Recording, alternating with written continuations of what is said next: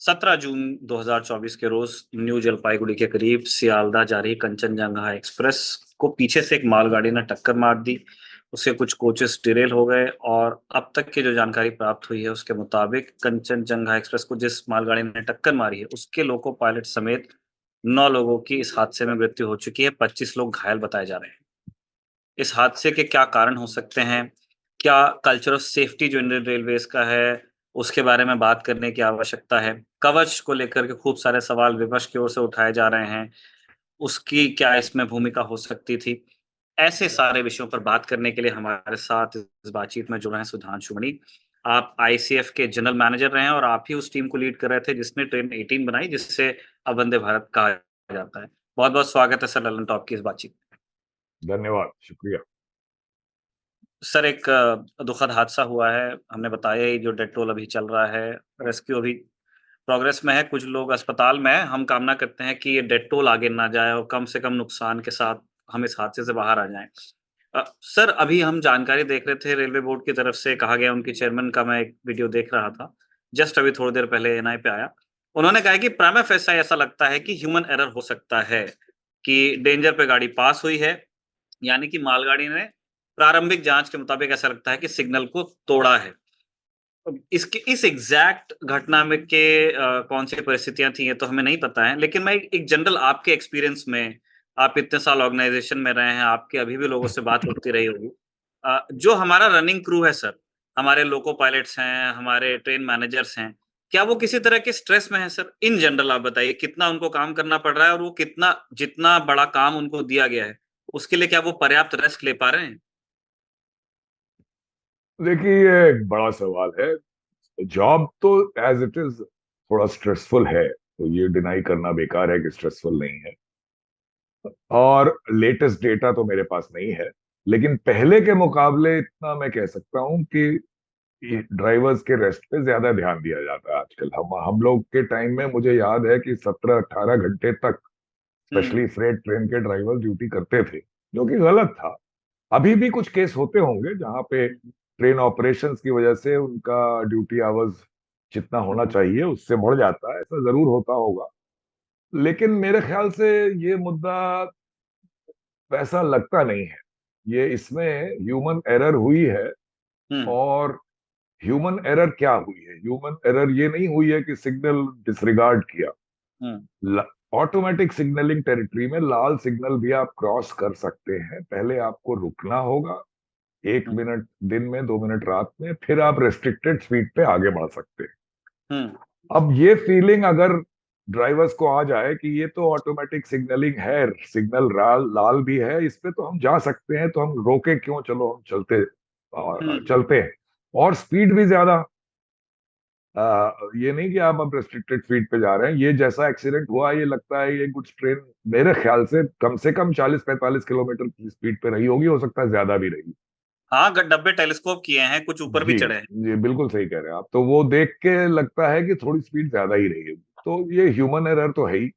हुँ, अब सवाल ये, एक ड्राइवर ने गलती की, उसको तो जो उसकी वो बेचारा रहा भी नहीं।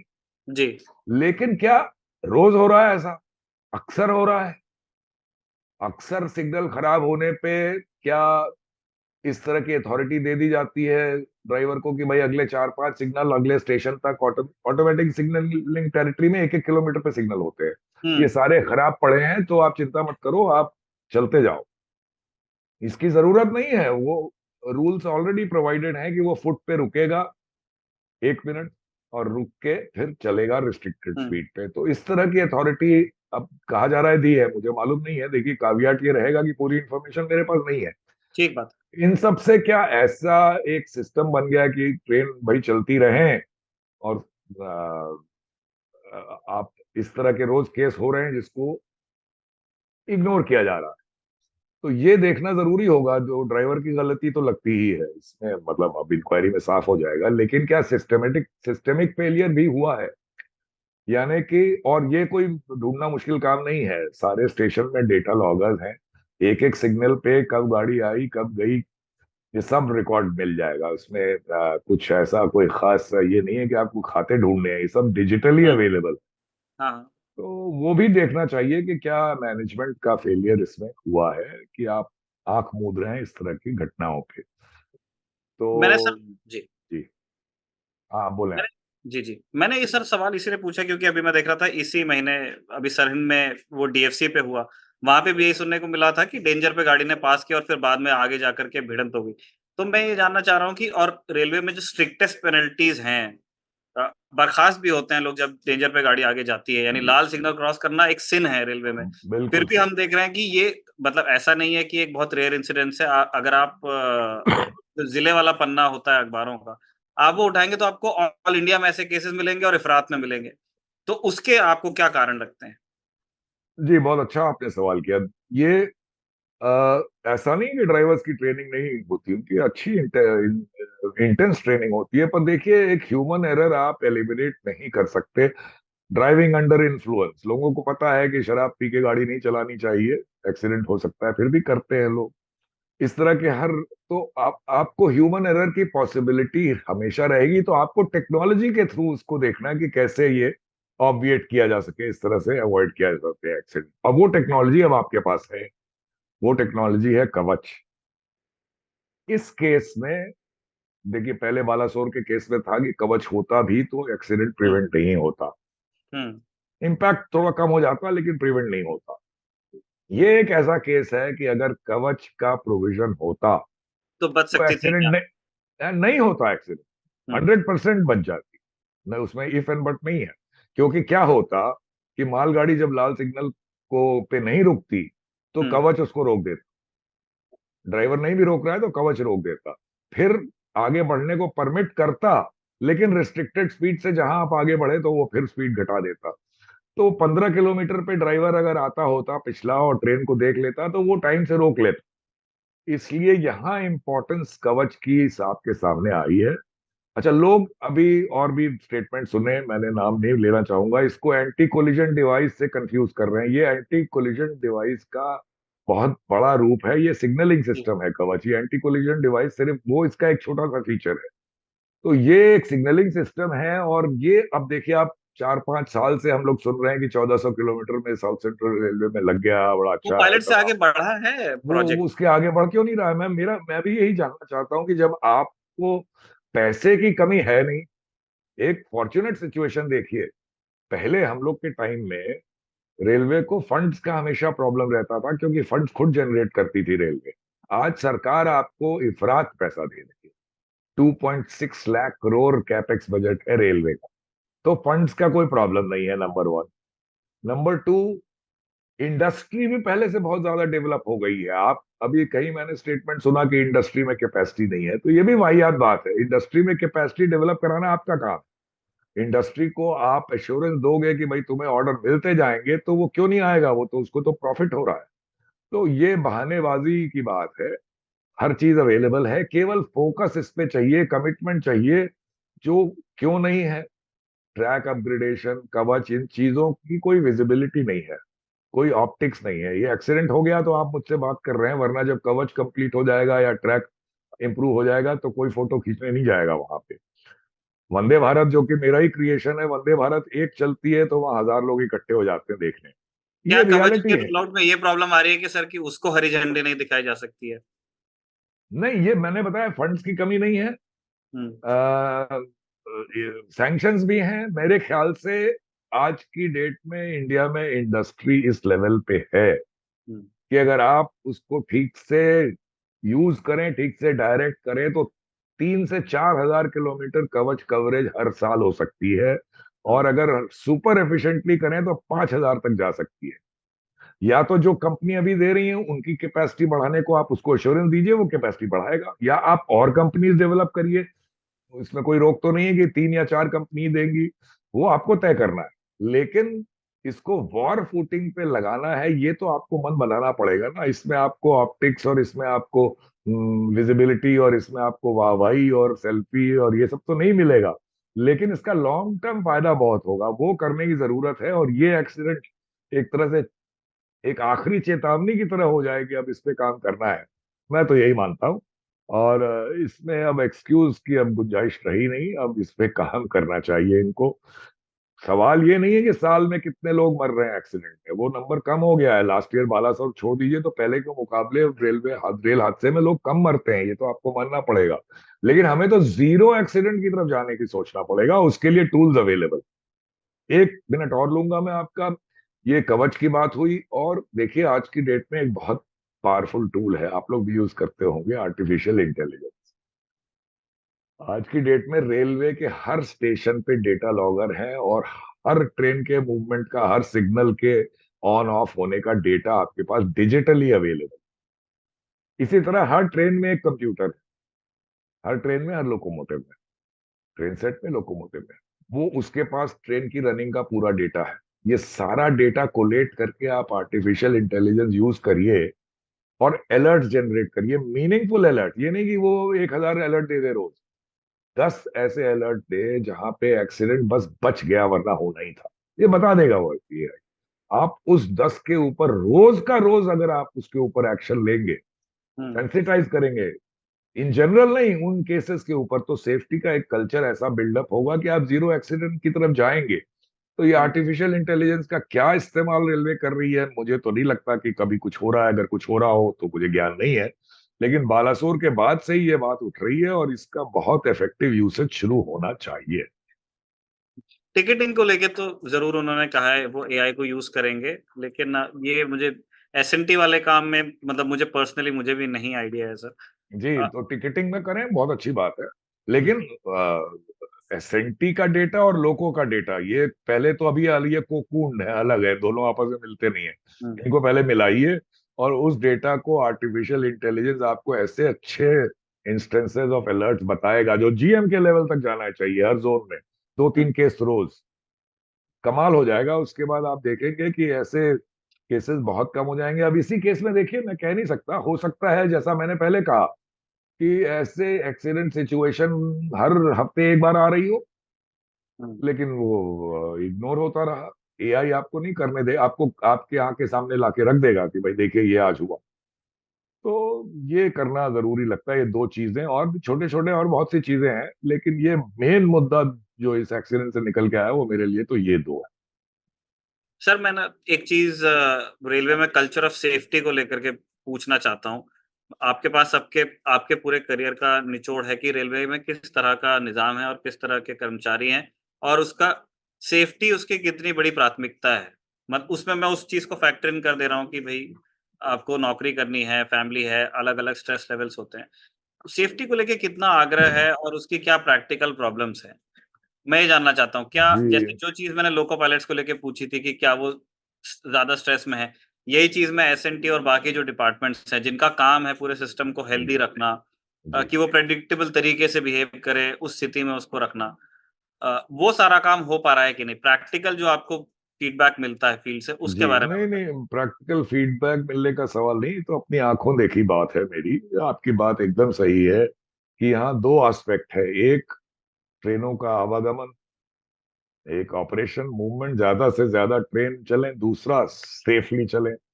अब ये डायकॉटमी है, दोनों के बीच में एक कॉन्ट्रडिक्शन पैदा होता रहता है।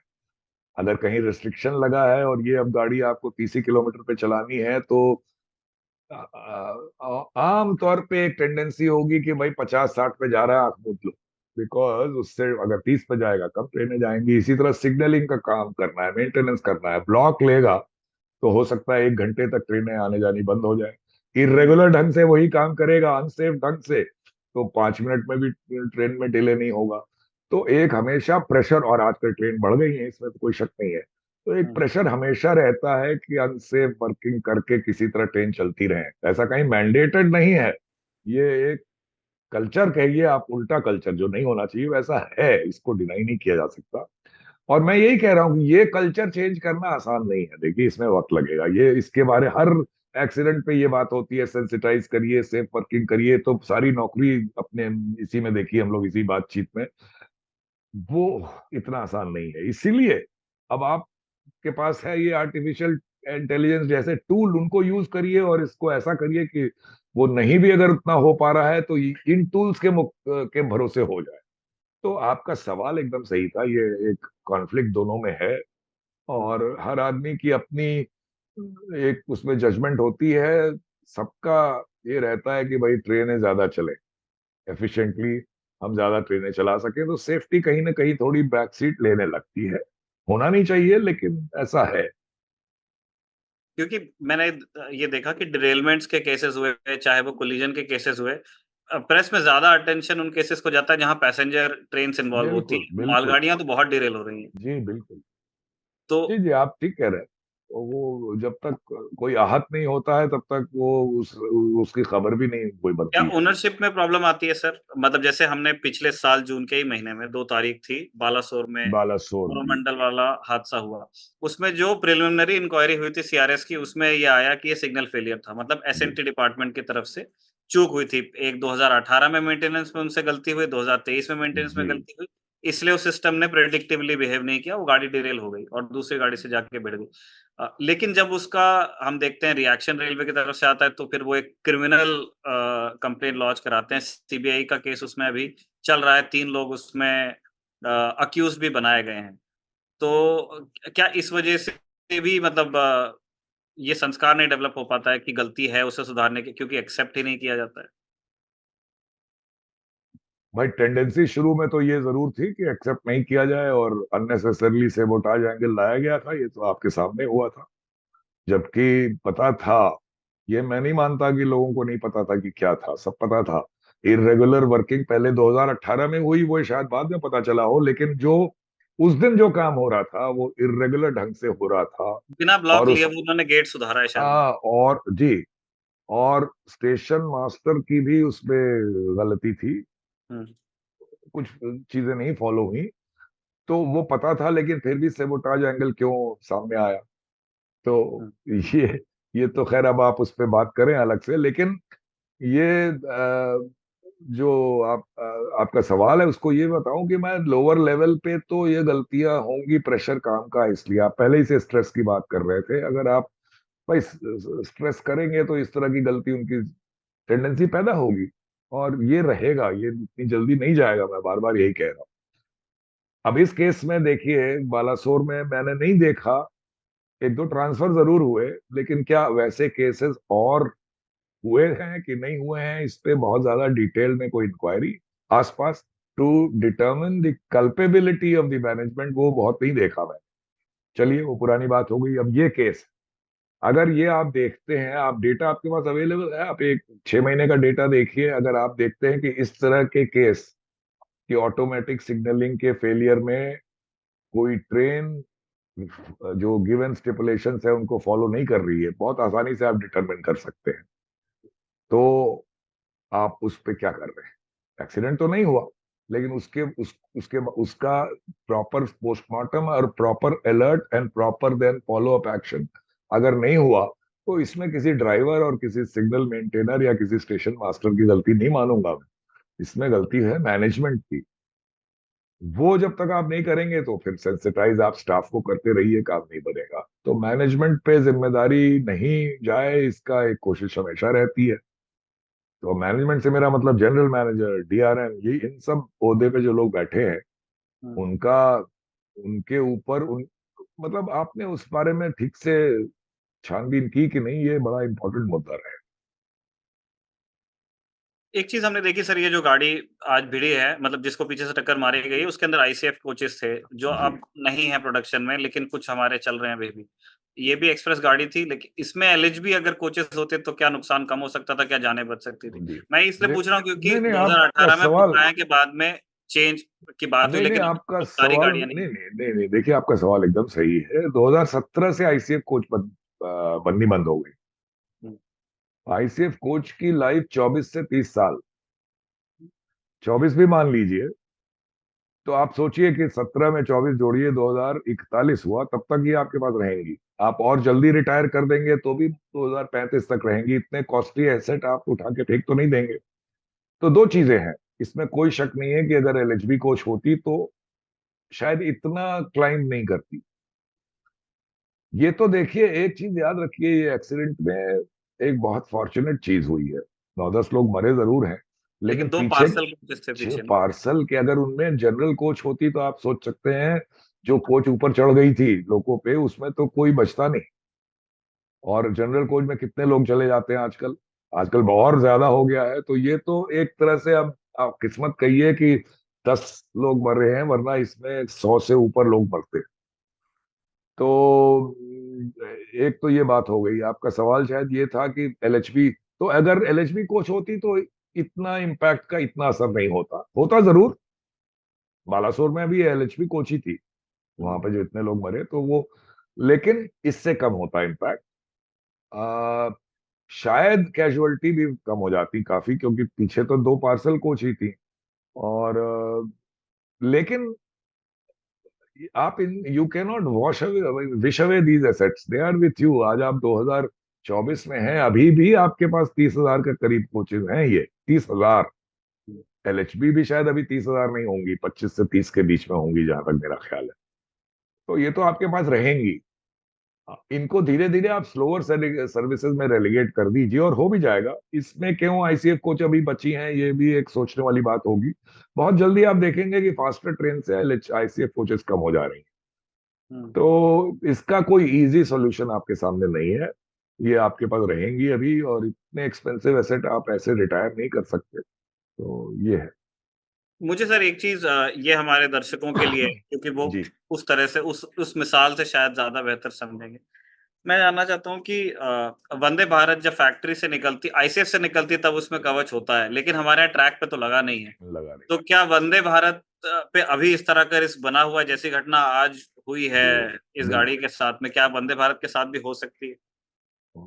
जी बिल्कुल हो सकती है, क्योंकि वंदे भारत भी एक ट्रेन है, इससे ज्यादा कुछ नहीं है। और कवच, एक ट्रेन में कवच लगा देने से कुछ नहीं होने वाला। 2 चीजें हैं।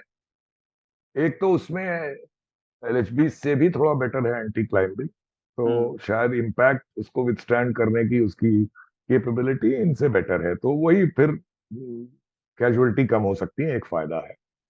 देखिए अभी जो एक विजयनगरम में, आई थिंक आंध्र प्रदेश में जो एक्सीडेंट हुआ था, उसमें सीआरएस ने एक रिकमेंडेशन ये दिया है कि चूंकि ट्रैक पे ज्यादा काम है, टावर लगानी पड़ती है आपको, हुँ। कंट्रोल रूम में कवच इक्विपमेंट और फिर आरएफआईडी वगैरह लगाना पड़ता है, ग्राउंड पे काम ज्यादा है, ट्रेन के अंदर कवच इक्विपमेंट फिट करने का काम कम है।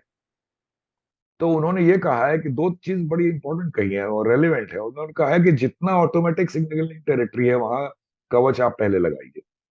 आप ये नहीं कहिए कि हम दिल्ली से हावड़ा, दिल्ली से मुंबई, फिर दिल्ली से गुवाहाटी। वो कह रहे हैं जहां ऑटोमेटिक सिग्नलिंग, जहां पे इस कोलिजन की चांसेस ज्यादा बढ़ रही हैं, वहां आप कवच पहले लगाइए। अच्छा रिकमेंडेशन है। हुँ। आई होप रेलवे इसको फॉलो करे। दूसरा, उन्होंने ये कहा कि चूंकि कवच का ग्राउंड इक्विपमेंट लगाने में टाइम लगेगा, तब तक जितने ज्यादा लोकोमोटिव में या ट्रेन सेट्स में आप कवच लगा सके उतना अच्छा है। उससे क्या होगा कि कवच में एक इंडिपेंडेंट एंटी कोलिजन सिस्टम भी है, जो कि सिग्नलिंग से नहीं गवर्न होगा, लेकिन उस एंटी कोलिजन सिस्टम की वजह से जो इसका ओरिजिनल रूप था, एंटी कोलिजन राजा राम उसका मोजी वाला जो। वो वाला पार्ट जो है उसका उसका बेटर पार्ट रादर, वो हुँ। इफेक्ट में आता है। It is not a guaranteed prevention. देखिए कवच का प्लस पॉइंट है कि सिग्नलिंग बेस्ड है, इसलिए it is a guaranteed prevention of accident. इस पर ध्यान दें, गारंटी मतलब, इसीलिए मैं कह रहा हूं कि कवच होता तो ये एक्सीडेंट होता ही नहीं। फेल सेफ, कुछ भी गलत हो जाए तो उसको आपको वो सेफ मोड में ले जाएगा, रोक देगा गाड़ी। और ये गारंटीड नहीं होगा अगर सिग्नलिंग नहीं है, लेकिन फिर भी चांसेस कि ये इस तरह के कोलिजन को प्रिवेंट कर पाए अच्छे खासे हैं। तो ये सीआरएस ने बड़े अच्छे रिकमेंडेशन दिए हैं इसमें, विजयनगरम वाले में। I must compliment the CRS. अब उसको फॉलो करने की बात जहां तक है, अभी तो रिपोर्ट आई है, कुछ महीने हुए। ये अब रेलवे मंत्रालय का काम है कि कितना उस पर ध्यान दें। इंपॉर्टेंट बात है कि देखिए फंड की कोई कमी नहीं है। आप ये नहीं कह सकते कि पैसे नहीं है, पहले कह सकते थे आप। अब आपको उस पैसे को कितना अच्छे से सेफ्टी में यूज करना है, ये आपके बॉल आपके कोर्ट में है, और आप कितनी अच्छी उसमें शॉट्स और ड्राइव लगा सकते हैं, ये देखने की बात। अ, ठीक हुआ आपने ये चीज़ को रात बाद में फिर से एम्फसाइज़ कर दिया, क्योंकि अ, एक एक चीज़ ये भी लगातार कही जा रही है कि कवच बहुत कॉम्प्लिकेटेड सिस्टम है, बहुत महँगा सिस्टम है, बहुत मेहनत करनी पड़ेगी, इसलिए टाइम लगेगा। तो उसके बारे में भी एक बात बताती हूँ। ये महंगा वाली बात, ये वाहियात बात इसका देखिए ये बड़ा कॉम्प्रिहेंसिव सिग्नलिंग सिस्टम है, इंडिजिनस है, भारतीय रेलवे के इंजीनियर ने डेवलप किया है इंडस्ट्री के साथ मिलके। तो इसमें एक प्राइड होनी चाहिए पहली बात। ईटीसीएस लेवल 2 इसका इक्वलेंट, ऑलमोस्ट इक्वलेंट सिस्टम है, उससे आप मान सकते हैं कि उसका 90% है ये कवच। वो करीब 2 करोड़ पर किलोमीटर पड़ेगा, उससे थोड़ा ज्यादा ही हो। और ये पड़ता है 50 से 55 लाख किलोमीटर पर किलोमीटर। तो दाम ज्यादा आपको अलग से देखिए तो लग रहा है, लेकिन आप एक मॉडर्न सिग्नलिंग सिस्टम के हिसाब से देखें तो ये बहुत अच्छा इनएक्सपेंसिव सिस्टम है, इंडिजिनस है। आप जितना ज्यादा अपने यहाँ लगाएंगे, कल को आप मिडिल लेवल कंट्रीज जिनके पास पैसे हैं, पुअर कंट्रीज नहीं, जैसे इधर से चलिए तो इंडोनेशिया, मलेशिया हो गए, Iran, Iraq, Turkey, Mexico, south Africa, Brazil, Argentina, ये सब लोग नहीं बना सकते, ये इनके पास कैपेबिलिटी नहीं है। आपने बनाया, आप एक्सपोर्ट भी कर सकते हैं, तो बहुत possibilities are tremendous. That's why I keep saying it should be a top focus. तो कॉम्प्लिकेटेड ऐसा नहीं है, मतलब signalling system as it is complicated होते हैं, दे आर। इवन जो नॉन कवच अभी जो आपके सॉलिड स्टेट सिस्टम है वो कॉम्प्लिकेटेड है, ऐसा नहीं है। उसका आप रिले रूम में जाइए तो आपकी समझ में नहीं आएगा कि कहाँ पे क्या है। तो, लेकिन हमारे स्टाफ ट्रेंड है, ऐसा कि नहीं उसको नहीं हैंडल कर सकते। तो कॉम्प्लिकेशन और कॉस्ट तो कोई इशू नहीं। मतलब ऐसा कोई शेरनी का दूध नहीं है, हम कर सकते हैं, बिल्कुल दुनिया में बिल्कुल किया कर जाता है। सकते हैं, और देशों में जाके कर सकते हैं दूसरों के लिए। ठीक है। एक आखिरी कमेंट हमें लेना है सर, जब से न्यू जलपाईगुड़ी के इस हादसे की खबर आई तब से ऑपोजिशन लगातार क्वेश्चन कर रहा है सरकार को। रेलवे मिनिस्टर का इस्तीफा मांगा गया। ये भी इल्ज़ाम लगाया गया कि जो पिछले 10 साल हैं उसमें दुर्घटनाओं में बढ़ोतरी हुई है। अ, इस बारे में क्या नहीं आप कोई देखिए, कमेंट कर। हाँ यहाँ पे बड़ा ये क्लेरिफाई करना जरूरी है, दुर्घटना में बढ़ोतरी नहीं हुई है। आपको मैं बताऊं, 7-8 साल पहले हर साल 500 से 600 लोग मरते थे रेल दुर्घटना, ये रेल दुर्घटना की बात कर रहे हैं। कोई आपको बोलेगा कि 26,000 लोग मर जाते हैं, वो रन ओवर केसेस है। वो अलग है। रेल, हाँ रेल हैज गाड़ी के अ, सामने कोई आ गया वो दूसरा हाँ है, गाड़ी जी, के तो भिड़ने से कोई मर गया वो दूसरा है। वो या जिस भी वजह से हो, लेकिन रन ओवर केस हुआ, उसमें आप रेलवे का दोष नहीं दे सकते। रेलवे को प्रिवेंट करने के लिए मेजर लेने चाहिए, वो अलग बात है। तो 500 से 600 लोग मरते थे। आज की डेट में ये नंबर 50 पे आ गया था। बालासोर ने सारी स्टेटिस्टिक बिगाड़ दी, और पिछले साल मुझे लगता है नंबर 350 टाइप पहुंच गया होगा। तो ये कोई जादू नहीं हुआ। एक तो ट्रैक इंप्रूव हुआ, और एक सबसे बड़ी चीज हुई, सारे लेवल क्रॉसिंग अनमैन्ड एलिमिनेट हो गए, सारे जीरो कर दिए गए। या तो मैन कर दिए गए, या वहां पे अंडर ब्रिज, ओवर ब्रिज बन गया। और सबसे 30 से 40% केस लेवल क्रॉसिंग पे होते थे, वो बंद हो गए। तो दुर्घटना कम नहीं हुई है, अरे सॉरी, बढ़ी नहीं है। लेकिन इसका ये मतलब नहीं है कि कोई मैं डिफेंस दे रहा हूं। वो दुर्घटना तो कम होती जानी चाहिए टेक्नोलॉजी के साथ। और ये जो हो रही है, ये नंबर ही ज्यादा है, इसको कम करने को हमें देखना चाहिए। तो ऑपोजिशन का कहना कि बढ़ गई है, ये तो गलत है। फिर ऑपोजिशन का ये कहना, मैंने ये भी स्टेटमेंट सुना है कि एसीडी तो 2005 में डेवलप हो गया था, आप नहीं लगा रहे हैं, वो भी गलत बात है। वो एसीडी तो कोई फेल्ड सिस्टम था, वो कोई लगाने लायक सिस्टम बन नहीं पाया था। उसके ऊपर रेलवे इंजीनियर ने एक्सपैंड करके कवच बनाया है, जिसमें एसीडी एक बड़ा छोटा सा पार्ट है। तो बिना हुँ। समझे ये बोलना कि एसीडी तो हमारे टाइम में ही हो गया था, आप लगा नहीं रहे, ये सब बात गलत है।